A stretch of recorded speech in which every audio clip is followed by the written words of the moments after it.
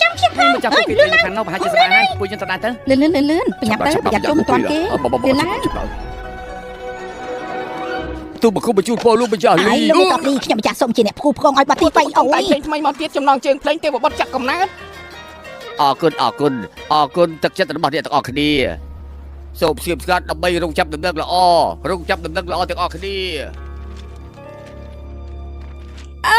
អើយឈឺពោះសង្ស្លាប់ទៅហើយ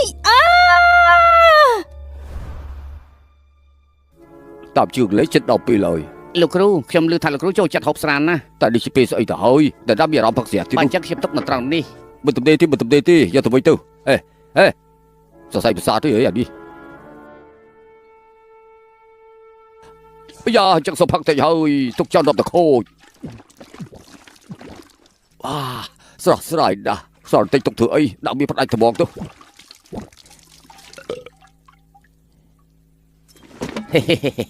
ថ្នាក់រន្ធិខ្លាំងគ្រប់គ្រាន់នឹងធ្វើឲ្យដេកលក់3ថ្ងៃ3យប់អើយគួរឲ្យខឹងមែនគ្រូដេញអក្ខរាវិរុទ្ធមានតែថៃអីទេដែលលើកវាបាន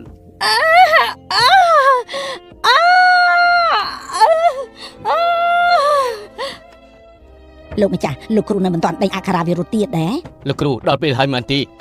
មានរឿងអីលោកគ្រូស្វឹងហើយទុំគប់ព្យាយាមដាស់គាត់ស្វឹងហ៎យកស្រាចេញមកអស់ទឹកប្លេកអីក្រាបទូលមិនក៏ធ្វើអញ្ចឹងគ្មានសុជីវធម៌សោះឲ្យមានគុណសម្បត្តិជាអ្នកថ្លៃថ្នូរបន្តិចទៅលោកម្ចាស់ស្រីទ្រាំលែងបានហើយទុកឲ្យខ្ញុំវិញប៉ងវាយមែនតើហើយ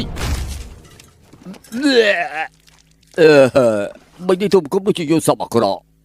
លោកគ្រូបញ្ញាបើផ្កាឈូកទៅបើដល់ទុំគប់ទៅបាក់អស់លើនេះ